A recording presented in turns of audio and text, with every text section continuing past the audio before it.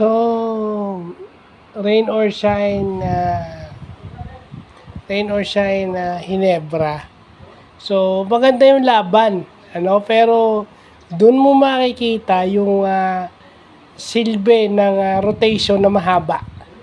Sabi nga ng mga taga PBA Moto Club na mga ex-PBA players, pwede nating panghawakan yung kanilang opinion because they are players.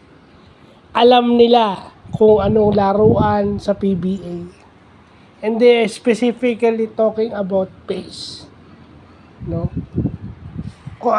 Tingnan nga, maganda yung laro, lumamang yung Hinebra, na maganda yung simulan ng rain or shine, humabol yung Hinebra.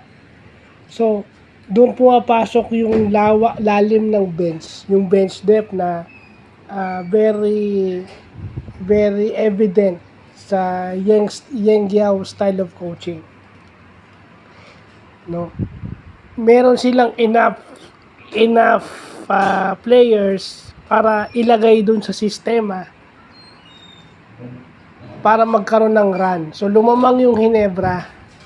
Pero, ang ginawa nun, kasi RJ Abarientos, Justin Brownlee lang yun. And even si Troy sa rebounds. So, habang tumatagal yung laro, even si Japet, habang tumatagal yung laro, nauubos na yun. At saka, kita nyo yung sistema ng rain or shine, yung import nila, pag sumabay kay Brownlee yun, added factor sa locals yun. Because yung import ng rain or shine na si Jalen Johnson, alam nga na yung si Yeng Giao gagamit ng buong roster. So, ginagawa niya, kung ano lang yung spot niya na pwede siyang mabigyan ng tira, yun lang ang ginagawa. And rain or shine, played na fast pace. So, nakita natin yung effort ng Hinebra, nakasupalpal, nakatira ng 3 points, at nabukulan nga itong si Scottie, pero natalo pa rin. Usually, pag nabukulan ka, nakashoot ka at nakadepensa ka, dapat panalo kayo. Pero hindi nangyari sa Hinebra yun. Because basketball is a game of runs.